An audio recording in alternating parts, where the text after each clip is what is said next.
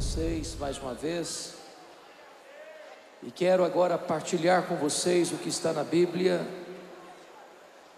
no registro de 1 Samuel, capítulo 1. Eu peço a você que abra sua Bíblia, por favor. Primeiro livro de Samuel, capítulo 1. E depois de lido o texto, por favor, não feche sua Bíblia. Nós precisamos ser uma igreja bereana, que confere na Escritura o que ouvimos. Então, nós faremos a leitura a partir do verso 1. Está escrito o seguinte: houve um homem de Ramataim Zofim, da região montanhosa de Efraim, cujo nome era Eucana, filho de Jeroão, filho de Eliú, filho de Tou, filho de Zufi, efraimita. Tinha ele 2 mulheres, uma se chamava Ana e a outra Penina. Penina tinha filhos, Ana porém não os tinha. Este homem subia da sua cidade de ano em ano a adorar e a sacrificar ao Senhor dos Exércitos em Siló. Estavam ali os 2 filhos de Eli, Rofni e Finéias, como sacerdotes do Senhor. No dia em que Eucana oferecia o seu sacrifício, dava ele porções deste a Penina, sua mulher, e a todos os seus filhos e filhas. A Ana, porém, dava porção dupla, porque ele a amava, ainda mesmo que o Senhor a houvesse deixado estéril. A sua rival a provocava excessivamente para irritar, porquanto o Senhor lhe havia cerrado a madre, e assim o fazia ele de ano em ano. E todas as vezes que Ana subia à casa do Senhor, a outra irritava, pelo que chorava e não comia. Então Eucana, seu marido, lhe disse: Ana, por que choras? E por que não comes? E por que estás de coração triste? Não te sou eu melhor do que 10 filhos? Após terem comido e bebido em Siló, estando Eli o sacerdote assentado numa cadeira junto a um pilar do templo do Senhor, levantou-se Ana com amargura de alma, orou ao Senhor e chorou abundantemente, e fez um voto dizendo: Senhor dos exércitos, se benignamente atentares para a aflição da tua serva, e de mim te lembrares, e da tua serva te não esqueceres, e lhe deres um filho varão, ao Senhor o darei por todos os dias da sua vida, e sobre a sua cabeça não passará navalha. Demorando-se ela no orar perante o Senhor, passou Eli a observar-lhe o movimento dos lábios, porquanto Ana só no coração falava. Seus lábios se moviam, porém não se lhe ouvia voz nenhuma. Por isso Eli a teve por embriagada e lhe disse: Até quando estarás tu embriagada? Aparta de ti esse vinho. Porém Ana respondeu: Não, Senhor meu, eu sou mulher atribulada de espírito. Não bebi nem vinho nem bebida forte, porém venho derramando a minha alma perante o Senhor. Não tenhas, pois, a tua serva por filha de Belial, porque pelo excesso da minha ansiedade e da minha aflição é que tenho falado até agora. Então lhe respondeu Eli: Vai-te em paz, e o Deus de Israel te conceda a petição que lhe fizeste. E disse ela: Acha a tua serva mercê diante de ti. Assim a mulher se foi seu caminho e comeu, e o seu semblante já não era triste. Levantaram-se de madrugada e adoraram perante o Senhor, e voltaram e chegaram à sua casa a Ramá. Eucana coabitou com Ana, sua mulher, e lembrando-se dela o Senhor, ela concebeu, e passado o devido tempo teve um filho, a que chamou Samuel, pois dizia: Do Senhor o pedi. Verso 26. Disse Ana a Eli: Ah, meu Senhor, tão certo como vives, eu sou aquela mulher que aqui esteve contigo orando ao Senhor. Por este menino orava eu, e o Senhor me concedeu a petição que eu lhe fizera, pelo que também o trago como devolvido ao Senhor por todos os dias que viver, pois do Senhor o pedi. E eles adoraram ali o Senhor. Amém. Eu quero conversar com vocês sobre o tema: não desista de seus sonhos. Não desista de seus sonhos. Era o ano de 1952 na Nova Zelândia. quando um dos grandes esportistas daquele país nutriu no seu coração um sonho inédito, um sonho audacioso, o sonho de escalar a montanha mais alta do planeta, o sonho de chegar no topo do pico Everest com mais de 8.800 metros de altitude. Edmund Hillary preparou-se para aquela grande empreitada da sua vida, mas quando ele partiu para realizar o seu sonho, ele fracassou. Meses depois, ele foi convidado para dar uma palestra em Londres, na Inglaterra. Quando ele entrou no auditório, percebeu que, propositadamente, as pessoas haviam colocado uma grande gravura do Monte Everest na parede. Ele entrou no auditório, olhou para a gravura, cabisbaixo, dirigiu-se à plataforma. Quando passaram-lhe a palavra, por um instante, ele esquece seu auditório, volta-se para a gravura e diz: Monte Everest, da primeira vez tu me derrotaste, tu não podes crescer mais, mas eu ainda estou crescendo. Da próxima vez, eu te vencerei. 6 meses depois, Edmund Hillary era o primeiro homem na história da humanidade a chegar no topo do pico Everest, deixando para nós um legado: não desista de seus sonhos. Eu sei que você tem sonhos, todos nós os temos. Quem não sonha não vive. Quem desistiu de sonhar, desistiu de viver.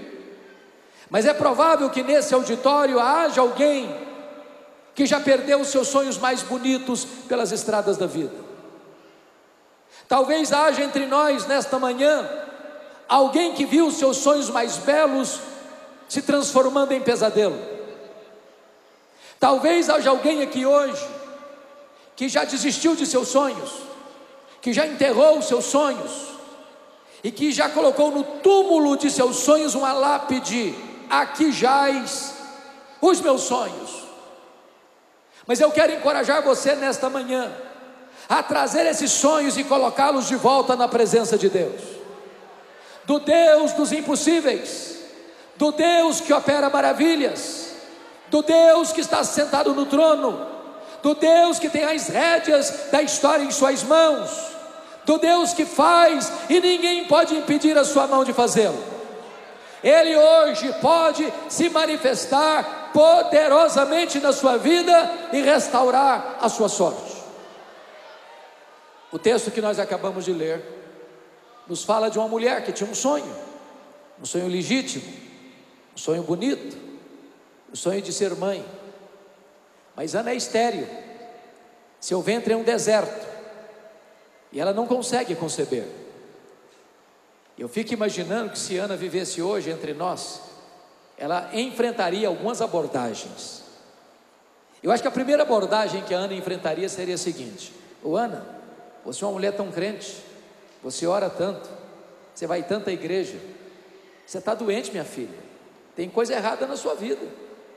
Você deve fazer uma análise mais cuidadosa da sua árvore genealógica, porque é provável que haja alguma maldição hereditária incrustada aí na sua família.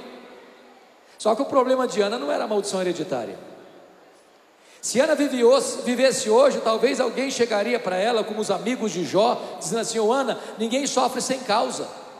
Para você estar sofrendo, você fez coisa errada. Você tem que confessar o seu pecado para você ser curada.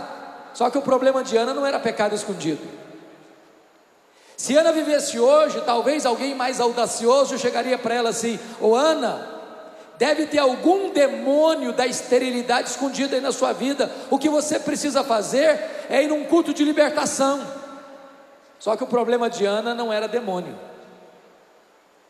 Já que você está com a sua Bíblia aberta, confira comigo o versículo 5. O que está escrito aí? O próprio Deus a deixou estéril. Agora confira o versículo 6.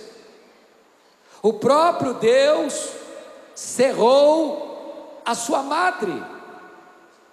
De tal maneira que a doença de Ana não tem a ver com maldição hereditária, a doença de Ana não tem a ver com pecado escondido, a doença de Ana não tem a ver com demônio, a doença de Ana tem a ver com Deus.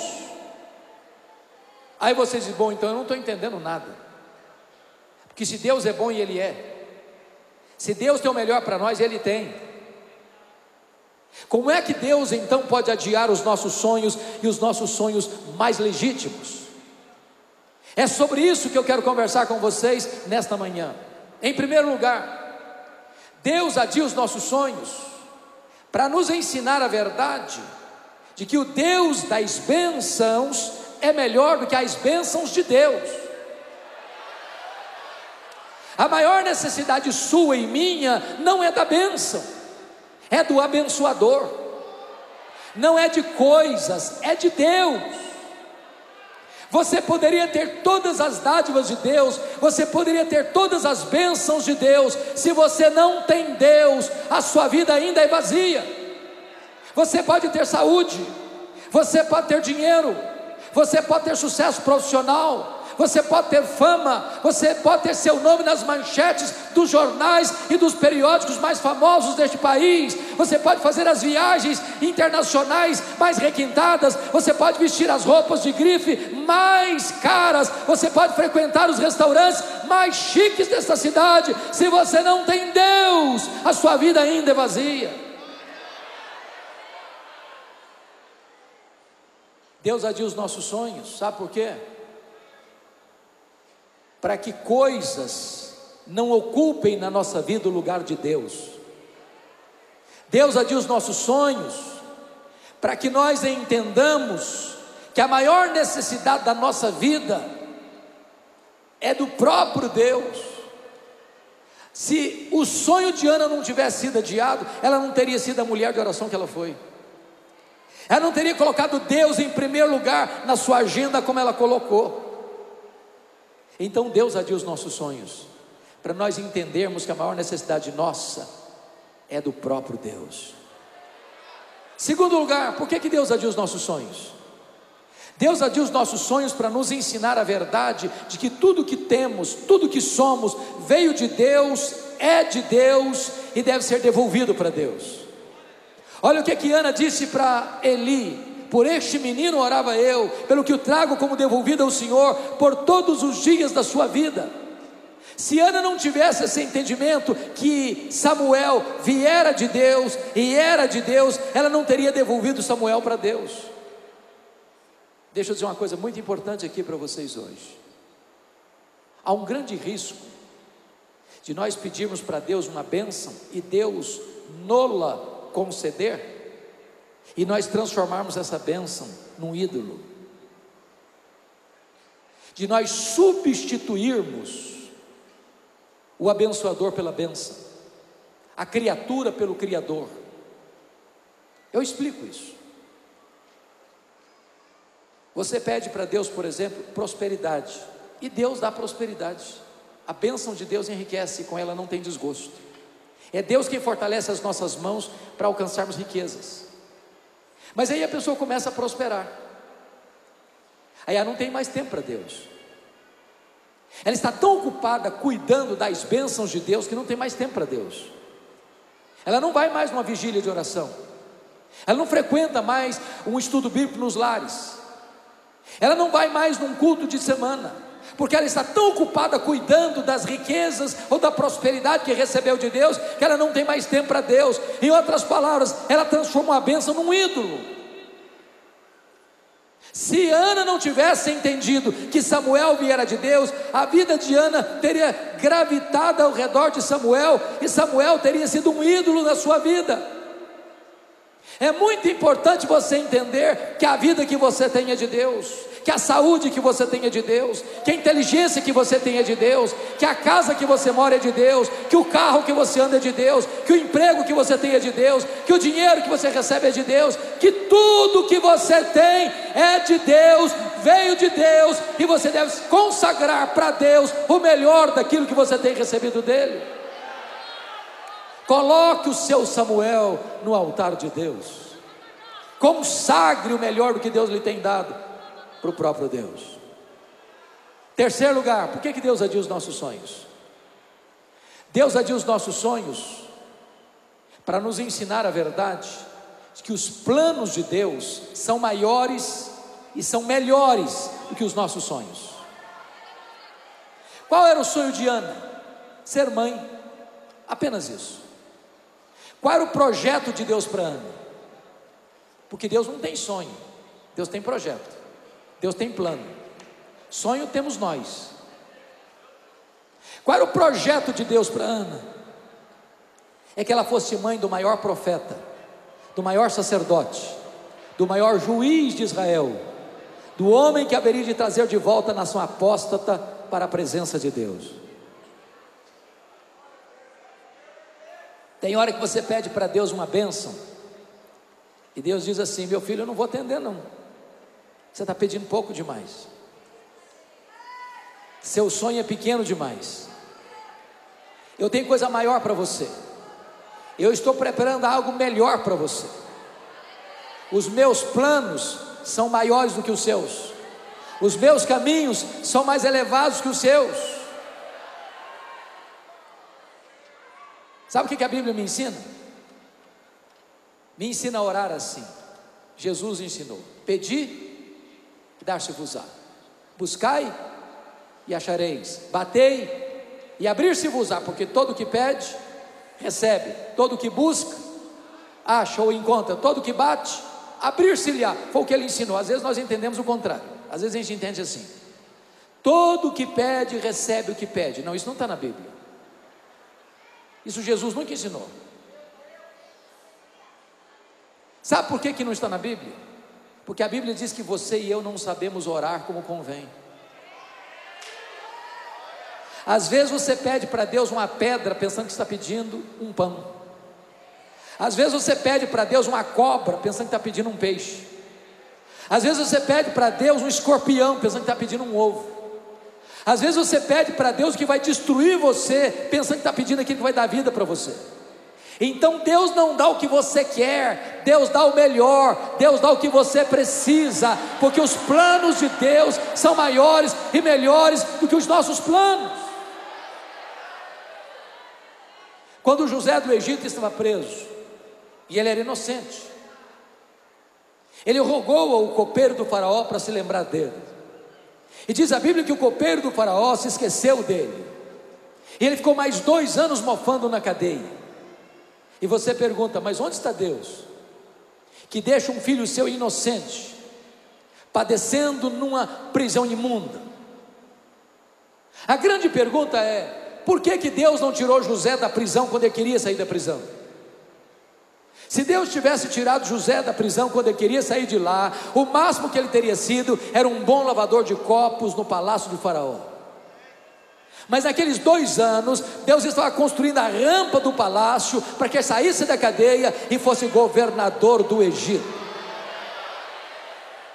Então não fique impaciente com Deus se o seu pedido não está sendo atendido do jeito que você quer e na hora que você quer, porque Deus não está inativo, Deus não está indiferente, Deus não está surdo. Ele é o Deus que trabalha para aqueles que nele esperam, e quando Deus parece demorar, é porque Ele está preparando algo maior e melhor para a nossa vida, porque os planos de Deus são melhores do que os nossos sonhos. Quarto lugar, por que Deus adia os nossos sonhos? Deus adia os nossos sonhos porque Ele é Deus, livre, soberano, que faz todas as coisas conforme o conselho da sua vontade. Você que está com a Bíblia aberta, confira aí comigo o capítulo 2, olha o cântico de Ana, o que ela vai dizer nos versos 6 a 8. Ela diz assim: o Senhor é o que tira a vida e a dá, faz descer a sepultura e faz subir. O Senhor empobrece e enriquece. O Senhor abaixa e também exalta. O Senhor levanta o pobre do pó e desde o monturo exalta o necessitado, para o fazer assentar-se entre príncipes. Notem vocês que Deus não precisa pedir licença nem para você nem para mim para fazer o que Ele quer fazer. Ele é Deus, Ele é livre, Ele é soberano, Ele faz todas as coisas conforme o conselho da sua vontade. Por isso, algumas pessoas, até em nome de uma fé robusta, beiram a blasfêmia, quando chegam para Deus com petulância e dizem assim: Deus, eu exijo, Deus, eu proíbo, Deus, eu determino, Deus, eu decreto. E ai de Deus se não atender. Até parece que essas pessoas estão assentadas num alto e sublime trono e que Deus está assentado aos seus pés. Deixa eu dizer uma coisa para vocês: Deus não pode ser colocado contra a parede, Deus não pode ser pressionado. Deus é livre, Deus é soberano, Deus faz todas as coisas conforme o conselho da sua vontade. Mas preste bem atenção na outra coisa: quando Deus faz, ninguém pode impedir a mão de Deus de fazer. Algumas pessoas dizem assim: não, o tempo dos milagres acabou. Deus fez no passado, lá no tempo dos apóstolos, agora mais não. Agora Deus não faz mais. Ele já provou que é Deus, agora não precisa fazer mais. Mas a Bíblia diz que Deus é o mesmo. Deus não mudou, Deus não se aposentou, Deus não vestiu pijama, Deus não deitou numa cadeira de balanço, Deus não é uma peça de museu. Deus está no trono, Deus reina, Deus faz, e quando Ele faz, ninguém pode impedir a sua mão de fazê-lo. Meus irmãos, eu acredito que Ana, por ser uma mulher crente que era uma pessoa instruída, porque crente é uma pessoa instruída. Eu acho que Ana devia ter ido a todos os médicos de Ramá, porque não é pecado ir no médico, pecado é confiar no médico. Deus usa o médico, mas quem cura é Deus, quem cura é Deus. E eu acredito que toda mulher sem exceção, gosta de andar com a bolsa, não gosta? Os homens até hoje não entenderam muito bem esse negócio de tantas necessidades de bolsas. E eu acho que Ana devia carregar numa dessas bolsas o último exame da junta médica de Ramá, dizendo assim para ela: ô Ana, não tem jeito, não tem cura, impossível, desista, você nunca vai ser mãe. Mas Ana entendia uma outra coisa: se Deus quiser, tem jeito. A última palavra não é da ciência, a última palavra não é da medicina, a última palavra é do Deus vivo. Se Ele quiser, tem jeito. E Ana ora por uma causa impossível, e Ana ora por um problema insolúvel, e Ana ora por um sonho que tinha o selo de derrotado e fracassado. Mas se Deus quiser, tem jeito. Então não desista de seus sonhos. Eu estava em Vitória, onde pela graça de Deus sou pastor há 33 anos, fazendo uma visita no hospital. Quando eu entro naquele hospital público, na porta do hospital tinham 3 pessoas, eram da minha cidade, interior do estado do Espírito Santo. E havia uma menina, uma jovem de 19 anos, no estado já quase final de um tratamento de câncer. A cidade do interior não tinha CTI e não podia mais continuar o tratamento dela. O médico a encaminhou para Vitória porque ela precisava ser internada num CTI. Ela não tinha plano de saúde e não tinha vaga no CTI. Eu conversei com o diretor do hospital e disse: eu não posso recebê-la aqui. E eu confesso que eu voltei frustrado para a porta do hospital, coração partido, e disse: filha, aqui não tem jeito, aqui não tem vaga. E sabe, pastor, eu fiz uma coisa que eu nem sempre faço isso, mas naquele dia eu fiz. Deus me deu no coração um impulso. Eu disse: filha, não tem jeito para você aqui, mas nós vamos falar com quem tem jeito, para quem tem jeito para fazer mais. E ali na porta do hospital impus as mãos sobre ela e disse: Deus, o Senhor tem poder não só para arrumar uma vaga num CTI, mas Tu tens poder para curar essa moça. Quando nós terminamos de orar, aproxima-se um rapaz e diz assim: essa moça tem um primo que é médico numa outra cidade, a 180 quilômetros daqui, e lá tem CTI. Peguei o telefone, liguei e ele atendeu. Ele disse: tem vaga sim, pode trazê-la para cá. Ela viajou imediatamente, com o seu envelope cheio de exames. Ele pegou os exames, examinou, viu a gravidade do problema.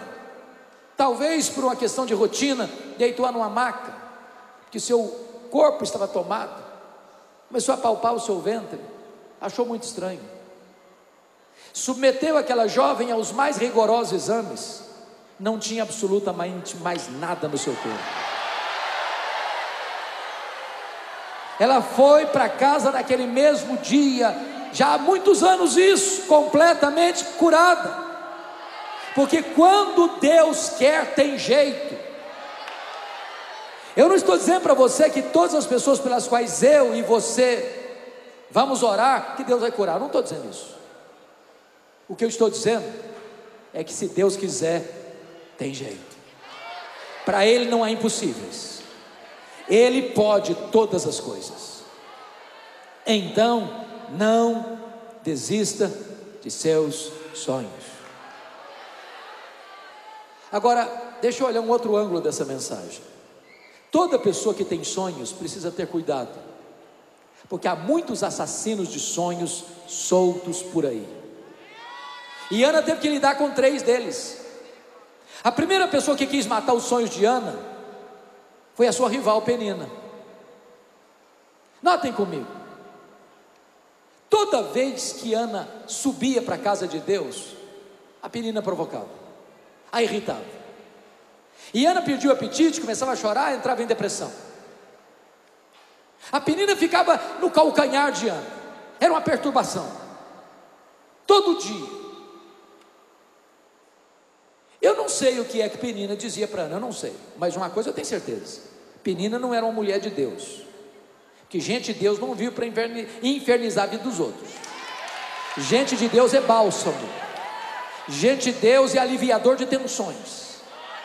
Gente de Deus não vive querendo provocar lágrimas e choro na vida das pessoas. Gente de Deus é consoladora. Gente de Deus traz resposta. Gente de Deus não provoca feridas, cura feridas. Mas confira o versículo 6. A sensação que eu tenho à luz do versículo 6 é que Penina devia dizer mais ou menos o seguinte para Ana: ô Ana, você é uma mulher tão crente, você ora tanto, você vai tanto para a igreja, você jejua tanto, está aí doente, olha para mim aqui, não oro igual a você, não jejuo igual a você, não vou à igreja igual a você, estou aqui com saúde. Se esse negócio de orar funcionasse mesmo, mano, se esse negócio de ir à igreja funcionasse mesmo, você não estaria aí doente. Conhece gente assim? Conhece?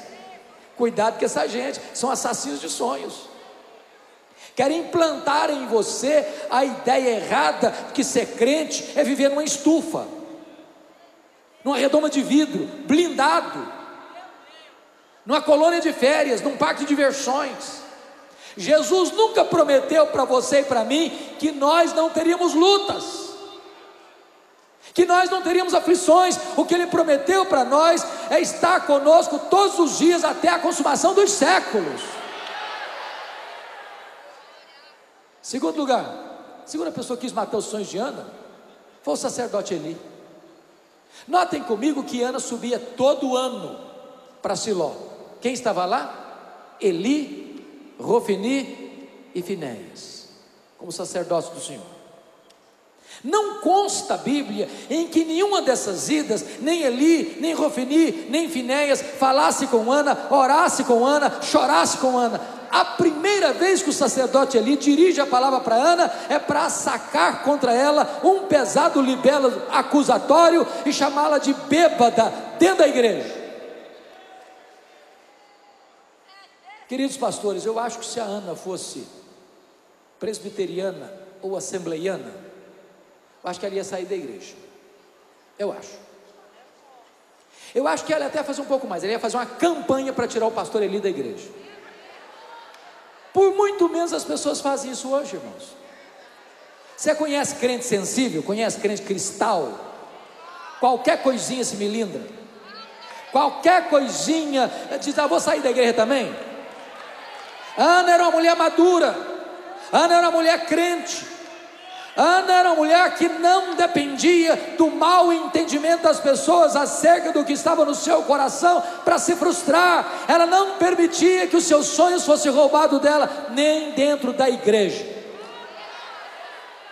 Talvez você esteja enfrentando uma luta, talvez você esteja enfrentando uma enfermidade, talvez você esteja enfrentando uma crise financeira, talvez você esteja enfrentando um vale, e talvez lá dentro da sua comunidade tem gente julgando você, censurando você, fazendo mau juízo de você, achando que tem coisa errada na sua vida, que você está passando por uma prova. Meu amado irmão, não permita que as pessoas roubem os seus sonhos. Terceiro lugar, terceiro assassino de sonho de Ana foi Eucana, seu marido. Preste bem atenção. Eucana era um maridão. Diz a Bíblia que ele era amoroso, ele amava, ele era provedor, dava porções duplas a Ana, era um maridão presente, mas ele tinha um problema gravíssimo. Ele não acreditava em milagres. Isso era demais para a cabeça dele. E notem que ele já conhecia a história bíblica. Ele sabia que Deus tinha curado Sara, ele sabia que Deus tinha curado Rebeca da esterilidade. Ele vê a sua mulher todo ano subindo para Siló e orando e chorando e insistindo com Deus. Mas não consta a Bíblia que em momento algum Eucana chegasse para Ana e disse: Ana, eu sei que você tem um sonho, eu sei que você quer ser mãe, eu sei que o seu sonho é legítimo, eu sei que Deus fez no passado, eu sei que Deus pode fazer no presente, eu sei que a causa é impossível, mas eu sei que Deus é o Deus dos impossíveis. Então conta comigo, Ana, eu estou do seu lado, eu entro nessa brecha com você, eu entro nessa luta com você, eu oro com você, eu choro com você, eu jejuo com você, eu estou junto de você nessa batalha, Ana. Não, eu nunca fez isso. Agora confira o versículo 8. Versículo 8. Acontece uma conversa de marido e mulher. Eu acho que até com a porta do quarto fechada. E ele chama a Ana para uma conversa. E eu vou parafrasear essa conversa aqui. Eu acho que foi mais ou menos o seguinte: Ô Ana, vem cá, preciso bater um papo com você. Ô minha filha, eu não aguento mais. Ah não, virou uma obsessão na sua vida, virou uma doença. Que é isso? Toda hora que eu olho para você, Ana, você está chorando, você fica no quarto escuro, você está depressiva, você vai para a igreja, chega lá, em vez de você cantar, você está chorando, você está derramando lágrimas. Para com isso, mulher, chega. Você não sabe que a junta médica de Ramá já deu o diagnóstico que não tem cura? Para que você insiste numa causa perdida? Para com isso. Aliás, Ana, você não está nem curtindo o maridão que você tem. Que é isso? Você não sabe que eu sou melhor que 10 filhos para você? Se fosse hoje eu diria assim: ô Ana, pense em mim, liga para mim, chore por mim, não chore por ele, Ana. Assassinos de sonhos. Cuidado, porque os assassinos de sonhos podem estar mais perto de você do que você imagina, pode estar dentro da sua própria casa. Não desista de seus sonhos. Mas o que fazer quando os nossos sonhos estão sendo adiados?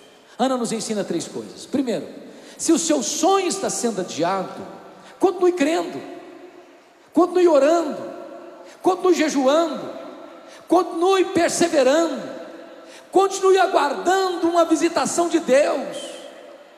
Deus não se esquece daqueles que nele esperam. Às vezes, irmãos, nós desistimos cedo demais. Às vezes nós caminhamos até a beira da terra prometida e tombamos no deserto. Quantos casamentos desfeitos, que se tivesse um pouquinho mais de paciência, um pouquinho mais de diálogo, um pouquinho mais de perdão, teria permanecido. Não desista, não desista. Deixa eu lhe dar 2 exemplos. Norman Vincent Peale foi um pastor metodista, e ele tinha o sonho de ser escritor, e ele escreve o primeiro livro, O Poder do Pensamento Positivo. Aí procura uma editora para publicar.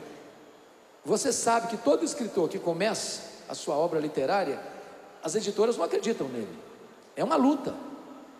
Eles nem olham o conteúdo da obra, eles botam na gaveta. Não faz parte da nossa filosofia. Nós temos uma agenda de publicação. Nós vamos pensar daqui a 3 anos. Daqui a 3 anos não deu certo. E jogam um balde de água fria. Aí bateu de porta em porta nas editoras. Nenhuma editora se interessou pelo livro dele. Ele ficou muito frustrado, chegou em casa, jogou os rascunhos do livro no lixo e disse: no lixo vão ficar os meus sonhos de escritor. Dona Ruth, sua mulher, mais crente e mais otimista do que ele, como via de regra as mulheres são, disse: eu acredito nos seus sonhos e vou lutar por eles. Pegou os rascunhos do lixo, bateu de porta em porta nas editoras e encontrou uma editora que se interessou pelo livro. Resultado: esse livro já vendeu mais de 40 milhões de exemplares. Um dos maiores best-sellers da literatura cristã de todos os tempos estavam no lixo. Não desista de seus sonhos. Na saga da política americana, há um homem que me impressiona muito: Franklin Delano Roosevelt. Esse homem estudou em Harvard, estudou na Columbia,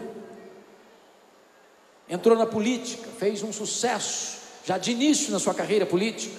Mas o sonho de Franklin Delano Roosevelt era ser presidente dos Estados Unidos da América. Só que com 39 anos de idade, ele sofreu poliomielite e ficou paraplégico. Foi para uma cadeira de rodas. E alguém chega para ele e diz assim: numa cadeira de rodas você nunca será presidente dos Estados Unidos da América. E ele respondeu: mas eu nunca vou desistir. Foi o único homem até hoje que foi eleito e reeleito presidente dos Estados Unidos da América 4 vezes consecutivamente numa cadeira de rodas. Não desista de seus sonhos. A segunda coisa que Ana fez, irmãos, e que você e eu devemos fazer, é que Ana se apropriou das promessas da palavra de Deus.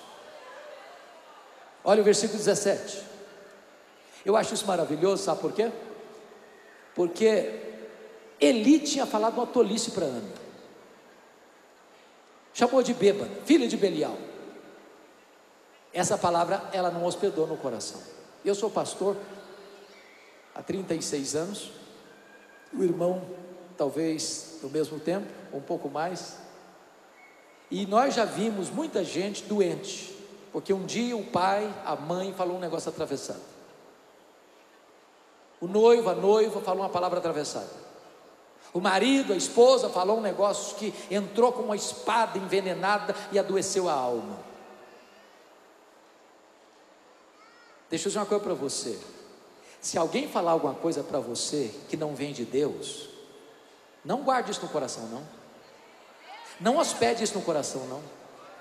Não deixe a sua alma azedar com comentários que não procedem de Deus na sua vida. Não aceite palavras que venham para adoecer sua alma. Agora notem uma coisa maravilhosa: o mesmo Eli que falaram a tolice para Ana, abre a boca agora e é um profeta de Deus, quando ele diz: vai em paz para a tua casa e o Deus de Israel te conceda a petição que lhe fizeste. Essa palavra é boa, essa palavra vem de Deus, essa palavra Ana colheu, essa palavra trouxe cura e libertação para a vida de Ana. Se vocês estão notando, Ana teve 2 curas distintas. Quando ela crê na palavra, lá em Siló, quando ela sai de lá, não tem tristeza no seu rosto mais, tem brilho na sua face. Primeiro você crê, depois o milagre acontece. Primeiro você se apropria da promessa, depois a vitória se historifica na sua vida. Mas diz a Bíblia que Ana então desce com seu marido para Ramá, ela coabita com ele, Deus se lembrou dela, e ela concebeu e deu à luz a um filho, a quem pôs o nome de Samuel. Agora pensem comigo isso, pensem comigo um pouquinho agora. O que Ana queria ser mesmo? Mãe. O que ela fazia o tempo todo? Chorava. Você acha que marido e mulher conseguem ter uma boa relação íntima no meio das lágrimas? Ela queria ser mãe, mas estava na contramão do projeto de ser mãe. Quando Deus trata, Deus cura a alma, Deus cura as emoções. Agora essa mulher é atrativa para o marido. Agora ela volta para casa e o marido se interessa por ela. Agora ela volta para casa e Deus se lembra dela. Agora ela volta para casa e Deus restaura o ventre dela. Porque lá em Siló Deus curou sua alma, aqui em Ramá Deus curou o seu ventre. Lá em Ramá ela creu, aqui em Ramá o milagre aconteceu. Se você quer ter vitória na sua vida espiritual, não escute os profetas do caos, não escute os arautos da incredulidade, não escute os embaixadores do pessimismo. Se você quer ter vitória na sua vida, creia nas promessas de Deus. Deus vela pela sua palavra e a cumprir. Nenhuma das promessas de Deus cai por terra. Então, se você quer orar vitoriosamente, ore as promessas de Deus, porque Deus vela por essa palavra em a cumprir. Finalmente, se seus sonhos estão sendo adiados, volte às trincheiras da luta, volte a viver. Deixa eu dizer algo, todos nós cremos aqui, todos nós cremos que Deus já cantamos isso aqui hoje, Deus é soberano, Ele está no trono. E se Deus é soberano e Ele está no trono, o que significa?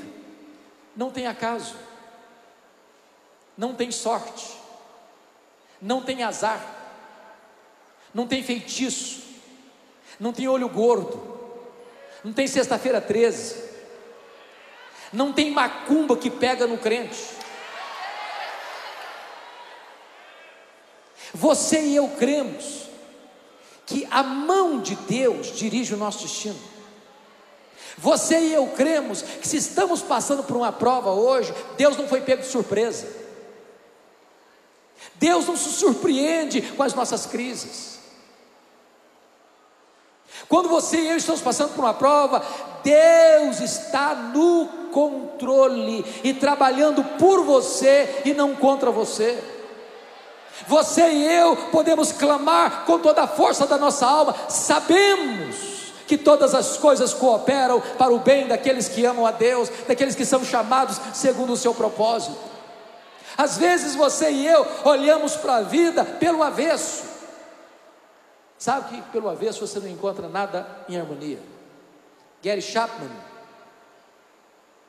autor do livro 5 Linguagens do Amor, diz que quando era criança, estava brincando no colo, assim, aos pés da sua mãe, e a sua mãe estava fazendo um bordado à mão, e ele vê o bordado que a mãe estava fazendo, de baixo para cima, pelo avesso, e diz: mamãe, que coisa horrível, a senhora não sabe fazer coisa direito não? As linhas desencontradas. A mãe percebeu o drama do menino, botou-o no colo e mostrou do lado direito, do lado certo, e o menino ficou encantado com a beleza das cores, com a harmonia do desenho.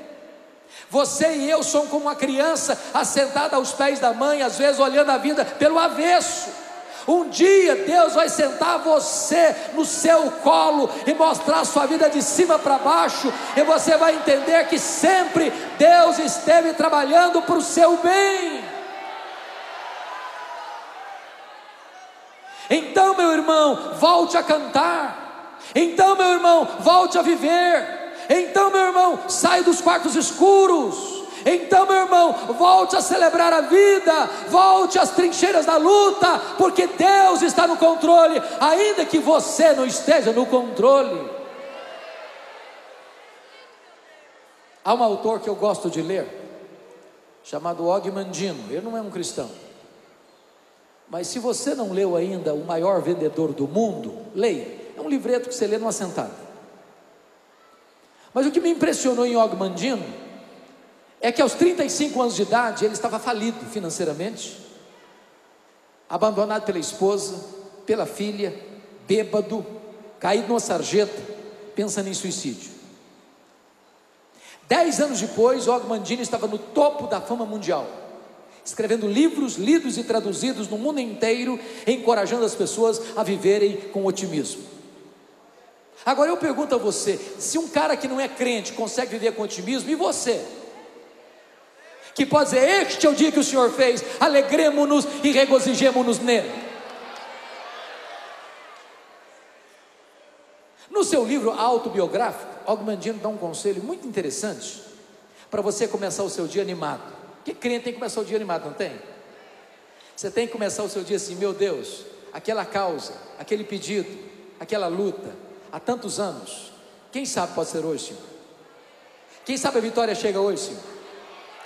Quem sabe o Senhor me surpreenda hoje, Senhor?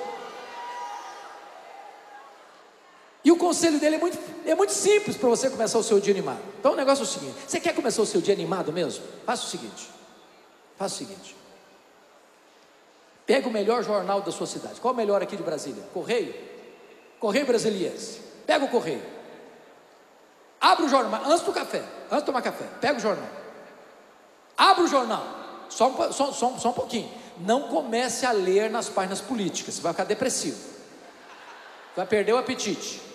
Então pula essa página. É claro que você não vai querer começar o seu dia lendo as páginas econômicas. O Brasil ainda está em crise, tem 13 milhões de desempregados, a situação está difícil, tem muita gente saindo do Brasil, você vai ficar desanimado também, então pula essa página também. É claro que você não vai querer começar a ler as páginas policiais, você vai ficar com medo de sair de casa, então pula essa página também. É claro que você não vai querer começar o seu dia lendo as páginas esportivas. De repente você é torcedor do Botafogo, levou uma goleada aí, e você está meio depressivo, você vai ficar meio triste também, então pula essa página outra vez. Você quer começar o seu dia animado? Faça o seguinte, abra lá na página do obituário, na lista das pessoas que morreram. Só um detalhe, você tem que ler tudo, todos os nomes, todos, grandes, pequenos, lê tudo. Quando você terminar essa leitura, você vai descobrir algo fantástico. Você vai descobrir que o seu nome não está nessa lista. Você vai descobrir que as pessoas que estão nessa lista dariam tudo para estar no seu lugar, mas elas estão mortas.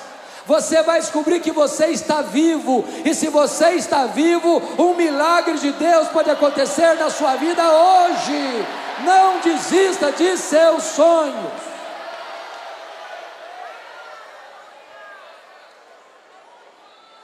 Esta mensagem tem um sabor especial para mim, porque eu sou fruto de um sonho. Meus pais viveram numa região muito pobre do interior do estado do Espírito Santo, onde não havia estrada, onde não havia carro, onde não havia médicos. Quando uma pessoa ficava doente, tinha que ser transportada numa padiola, num lençol amarrado num varal, e 2 pessoas carregando pela trilha 40 quilômetros, onde ficava um médico. A minha mãe estava grávida do seu último filho, estado adiantado de gravidez, quando caiu gravemente enferma. O meu pai sabia que ela não suportaria uma viagem de padiola de 40 quilômetros. Ele mandou chamar um médico, ele veio, examinou minha mãe e disse: essa mulher não vai sobreviver, ela está muito doente, ela está muito fraca, e a criança no seu ventre está em agonia de morte. Meu pai, aflito, disse: o senhor tem que me ajudar. Ele disse: a única chance da sua mulher sobreviver é tirar a criança, é sacrificar a criança. Se não sacrificar a criança, a mãe morre junto com a criança.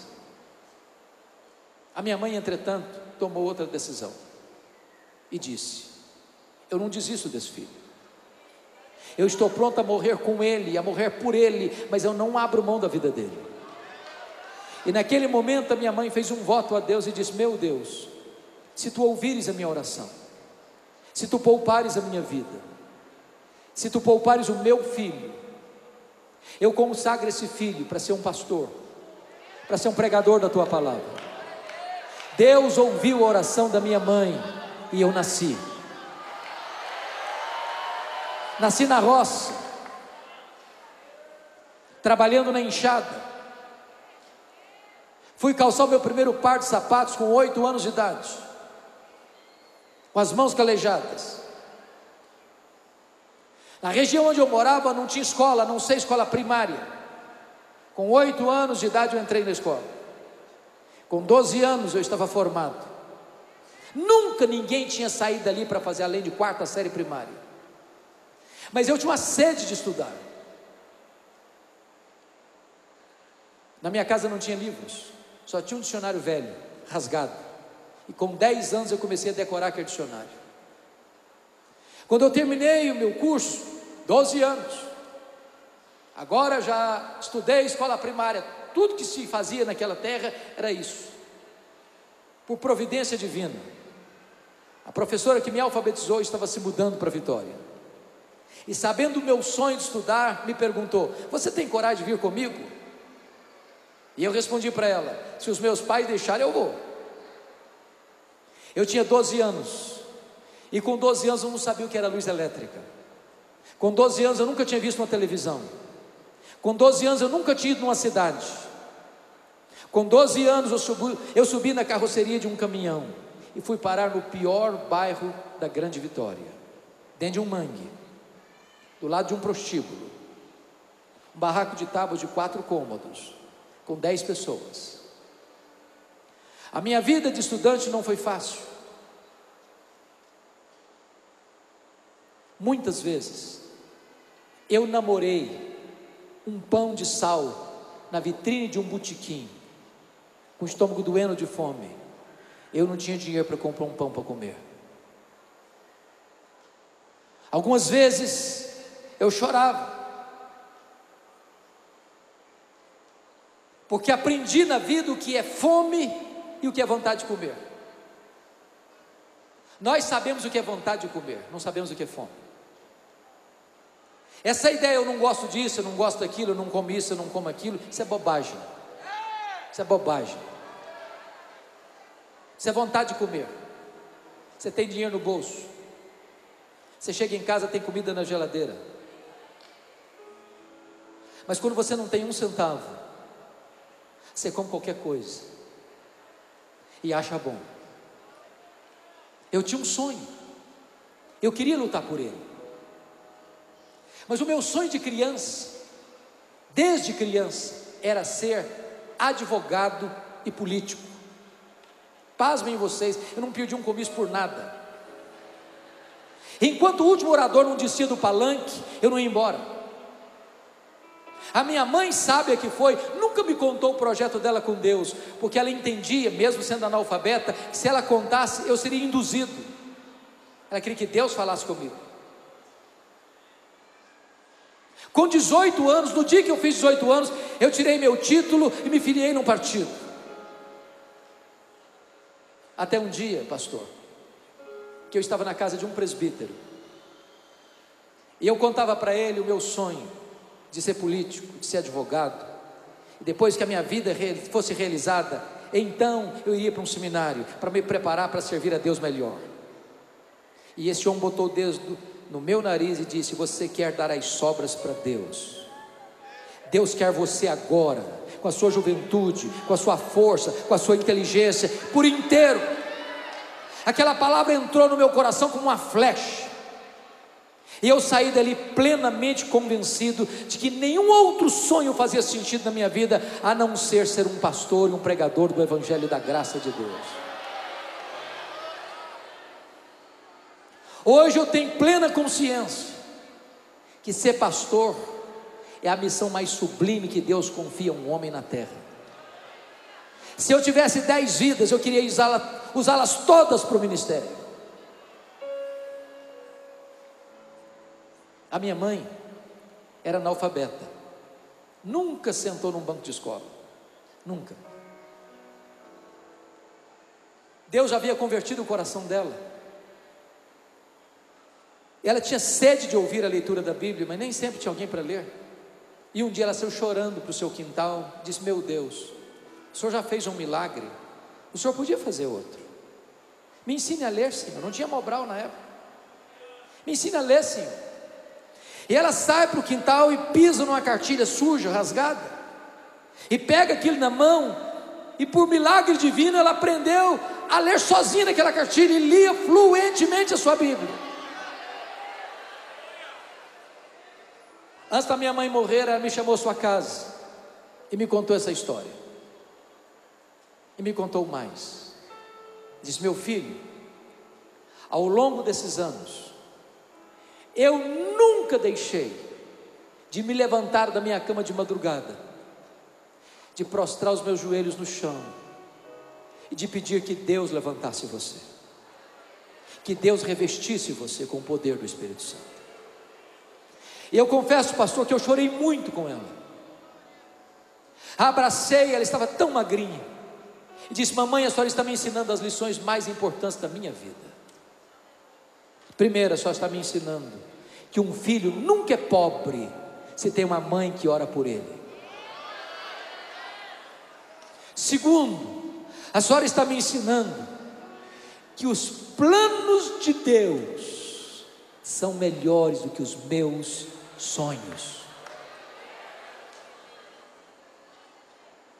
Então, na contramão do meu tema, eu vou dizer para você hoje: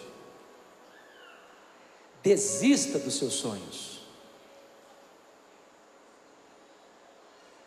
Desista dos seus sonhos, se os seus sonhos não estão alinhados com o plano de Deus. Porque o plano de Deus é perfeito, porque o plano de Deus é melhor, porque o plano de Deus dará sentido à sua vida.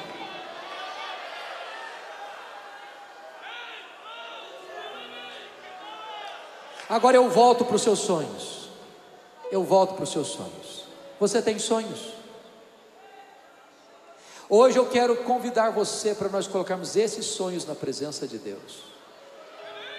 Eu não sei se é um problema de saúde, eu não sei se é um problema de namoro, eu não sei se é um problema de noivado, eu não sei se é um problema conjugal, eu não sei se é um problema com os filhos, eu não sei se é um problema financeiro, eu não sei se é um problema espiritual, eu não sei se é a conversão de alguém da sua casa. Em nome de Jesus, vamos colocar esses sonhos no altar nesta manhã, e Deus pode fazer infinitamente mais.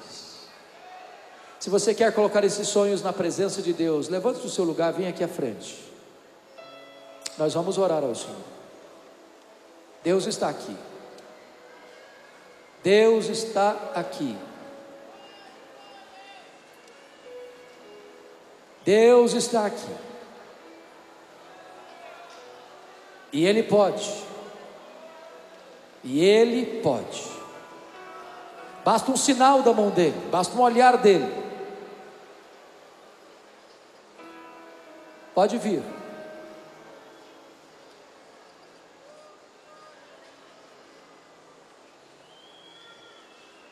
Talvez a sua causa seja impossível mesmo.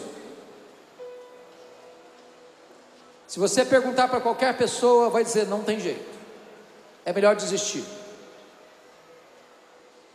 Talvez você vai dizer, o médico vai dizer: não tem cura, a ciência ainda não descobriu nenhuma saída para essa doença.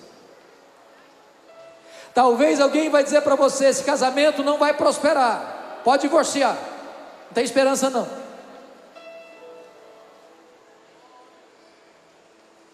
Talvez você está desanimado com a sua comunidade, com a sua igreja, pois Deus pode usar você para um grande reavivamento lá.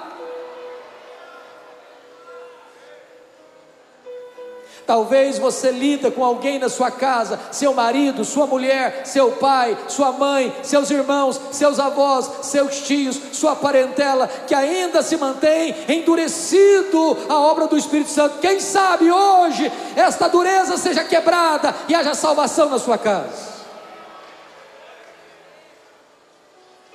Mas agora especificamente eu quero orar por uma causa, a causa de Ana. Eu queria que todos abaixassem a mão só um minutinho agora. Eu vou fazer uma pergunta. Tem alguma mulher aqui hoje que tem o sonho de ser mãe, tem feito o tratamento, tem orado, e a resposta não chegou, e gostaria que Deus fizesse esse milagre hoje aqui, levante a sua mão onde você estiver. Louvado seja o Senhor, louvado seja Deus, louvado seja Deus. Tem mais alguém aqui? Tem aqui. Irmãos, vocês creem que Deus pode?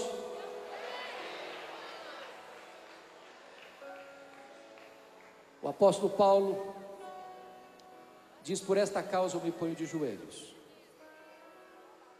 Se você tiver liberdade e condições, faça isso. Eu vou fazer. Mas se não, fique em pé, não tem problema.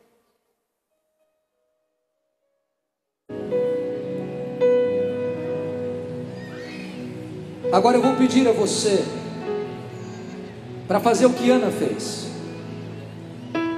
Diz a Bíblia que só os seus lábios se moviam, mas a alma dela estava sendo derramada. Coloque a sua causa nas mãos de Deus neste momento. É a sua saúde, é a sua casa, é a sua família, é o seu casamento, é o seu namoro, é o seu noivado, é o seu trabalho, é a sua empresa, é o seu curso, é a sua igreja, é a sua vida espiritual. Coloque nas mãos de Deus. Senhor, aqui está o teu povo, a tua igreja, a tua noiva, o teu rebanho, a menina dos teus olhos. Tu és o Deus vivo. Nós não estamos falando com um ídolo surdo, mudo, impotente. Nós estamos falando com o Deus Todo-Poderoso, o Deus que fez, o Deus que faz, o Deus que fará. Então, por amor do teu nome, Senhor, dá-nos um sinal do teu favor, manifesta o teu poder. Estas mulheres, Deus, que estão aqui, que anseiam ser mães, Senhor, quem sabe, para o louvor da tua glória, no próximo Adebe do ano que vem, elas possam vir a este encontro com o bebê no colo, para testemunho do teu poder e para a glória do teu nome. Colocamos em tuas mãos esta juventude, para que ela seja santa, piedosa, fincada na tua palavra, vivendo irrepreensivelmente neste século mau. Muda a história desses jovens, Senhor. Se tem vício, quebra o poder desse vício. Se tem pecado, traz convencimento e arrependimento para a vida e perdoa, Senhor. Se há algum entre nós que ainda não está convertido, que ainda não nasceu de novo, que nesta manhã aconteça o milagre da conversão. Oh meu Deus, restaura a nossa sorte, reaviva o nosso coração, inflama a nossa alma, manifesta o teu poder, traz glória ao teu próprio nome, exalta o teu santo servo Jesus e glorifica a tua santa palavra entre nós. Pega o abatido, Senhor, e o levanta. Pega o triste e o alegre, pega o caído e prostrado e o coloque de pé, Senhor. Pega aquele que está desanimado, Senhor, e enche-o de fervor. Pega aquele que está desviado, Senhor, e firma os seus passos na rocha. Vá na nossa casa, Senhor. Vá lá na nossa casa, Senhor. Enquanto estamos aqui, põe a tua bênção sobre a nossa casa, sobre os nossos filhos, sobre a nossa família, trazendo salvação, trazendo alegria, trazendo paz, trazendo restauração para o louvor da tua glória. Nós colocamos o teu povo nas tuas mãos, crendo que tu és o nosso Deus, a nossa esperança e o nosso refúgio. Bendito é o teu nome. Aleluia. Em nome de Jesus. Aleluia. Em nome de Jesus. Amém. Vamos ficar de pé, amados. Dá um abraço. Dá um abraço em quem está perto de você. Não desista. Não desista. Não desista.